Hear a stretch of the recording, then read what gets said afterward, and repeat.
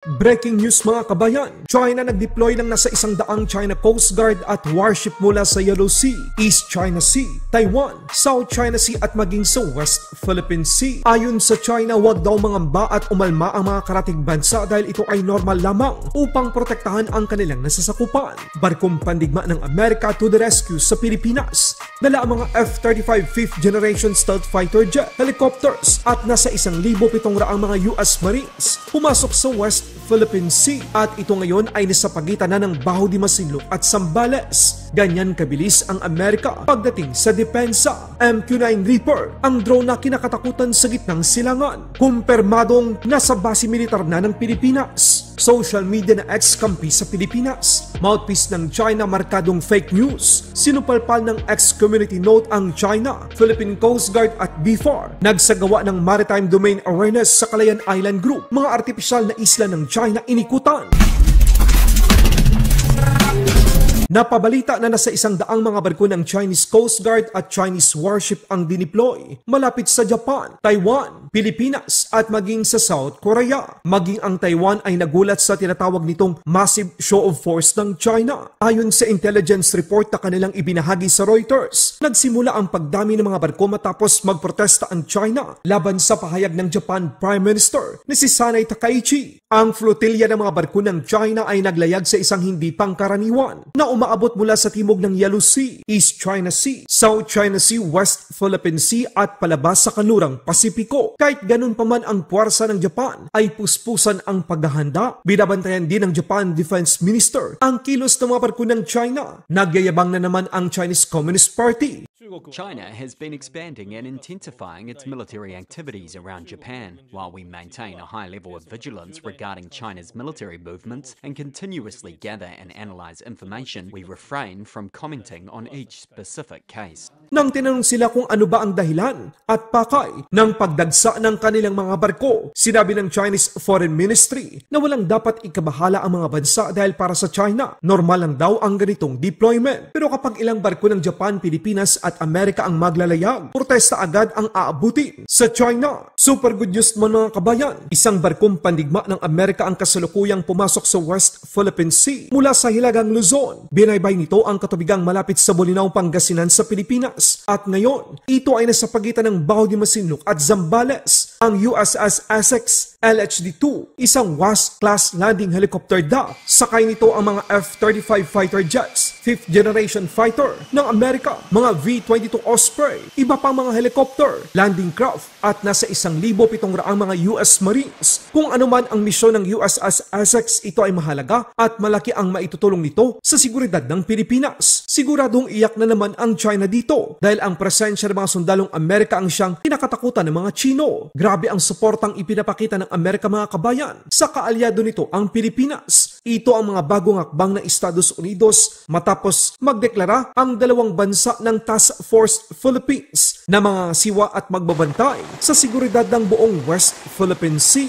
Makita rin sa larawang ibinahagi ng 5th Strike Wing ng Philippine Air Force na sa likurang bahagi ng mga FA-50 fighter jets ng Pilipinas. Nasa likod dito ang isang MQ-9 Reaper. Patunay lamang na ito ay nag-ooperate na sa mga nasasakupan ng Pilipinas upang mangalap ng impormasyon laban sa mga panghihimasok ng China sa West Philippine Sea. Ito ang isa sa mga tugon ng Amerika sa agresyon ng China at maiwasang masakop ng China ang Baho de Masinloc. Mas pinaigting pa ng mga like-minded countries ang kanilang deterrence kasama ang Pilipinas laban sa parsahang pananakop ng China simula sa Yellow Sea, East China Sea, Taiwan, South China Sea at West Philippine Sea. Kaya kahit anuman karami ang mga barko ng China sa Baho de Masinloc, hindi nila kayang itaboy ang barko ng Pilipinas na naroroon sa lugar. Social media sa American X ang dating Twitter, hindi pinalusot ang mga fake news ng China. Ayon sa Global Times, nagsagawa daw ang mga barko ng China ng law enforcement sa territorial waters at sa palibot ng Wanyang daw o Baho de Masinloc. Agad itong nagkaroon ng community note kung saan markado ito ng mga impormasyong ipinapakalat ng China ay hindi totoo. Ayon sa community note, walang legal na jurisdiction ang China sa Scarborough Shoal sapagkat ito ay napagdesisyonan na ng international ruling ng tribunal noong taong 2016. Kaya't ang anumang pagpapatrol ng China sa lugar ay isang panghihimasok o pang-aagaw sa exclusive Exclusive Economic Zone ng Pilipinas. Kaya sa mga nagsasabing walang West Philippine Sea, ayan ang patunay na kinikilala mismo ng pinakamalaking social media sa Amerika ang karapatan nating mga Pilipino nang naaayon sa UNCLOS. Sila mismo ipinaglalaban at hindi pinapayagan ang mga naratibo ng China. Sa isinagawang Maritime Domain Awareness Flight ng Philippine Coast Guard at BFAR, ipinakita nito ang mga artipisyal na isla ng China na itinayo at nagkukumpulan ang mga Chinese Maritime Militia sa loob ng Exclusive Economic Zone ng Pilipinas. Inikutan ng eroplano ng Pilipinas ang Zamora Reef, Pag-asa Cay, Rorok Island, Julian Felipe Reef, Pagkakaisa Banks, Panganiban Reef at Escoda Shoal.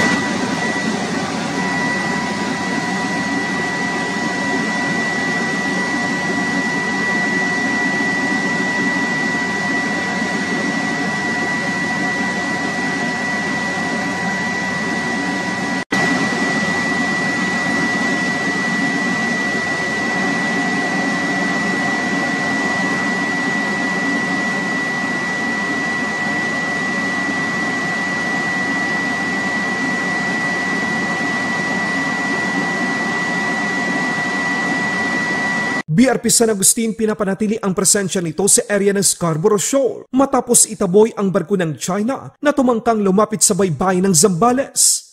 China Coast Guard Vessel 3303. This is Philippine Coast Guard Vessel BRP Cape San Agustin, MRRV 4408. You are advised that you are currently sailing within the Philippines Exclusive Economic Zone, approximately 135 nautical miles west by south of Silangan Island, Zambales, Philippines, or at latitude 14 degree 19 decimal 488 minutes north, longitude 117 degree 50 decimal 339 minutes east. In accordance with Republic Act 12064, the Philippine Maritime Zones Act, the United Nations Convention of the Law of the Sea, of which you are a party, and the 2016 Arbitral Award, you do not possess any legal authority to patrol within the Philippines Exclusive Economic Zone. You are directed to cease and desist from conducting illegal maritime patrols within the Philippines Exclusive Economic Zone. Your illegal activities would be reported to higher authorities. Over. China Coast Guard Vessel 3303. This is Philippine Coast Guard Vessel BRP Cape San Agustin, MRRV 4408. You are advised that you are currently sailing within the Philippines Exclusive Economic Zone, approximately 135 nautical miles west by south of Silangan Island, Zambales, Philippines, or at latitude 14 degree 19 decimal 488 minutes north, longitude 117 degree 50 decimal 339 minutes east. In accordance with Republic Act 12064, the Philippine Maritime Zones Act, the United Nations Convention of the Law of the Sea, of which you are a party, and the 2016 Arbitral Award, you do not possess any legal authority to patrol within the Philippines Exclusive Economic Zone. You are directed to cease and desist from conducting illegal maritime patrols within the Philippines Exclusive Economic Zone. Your illegal activities would be reported to higher authorities. Over. Laban Pinas.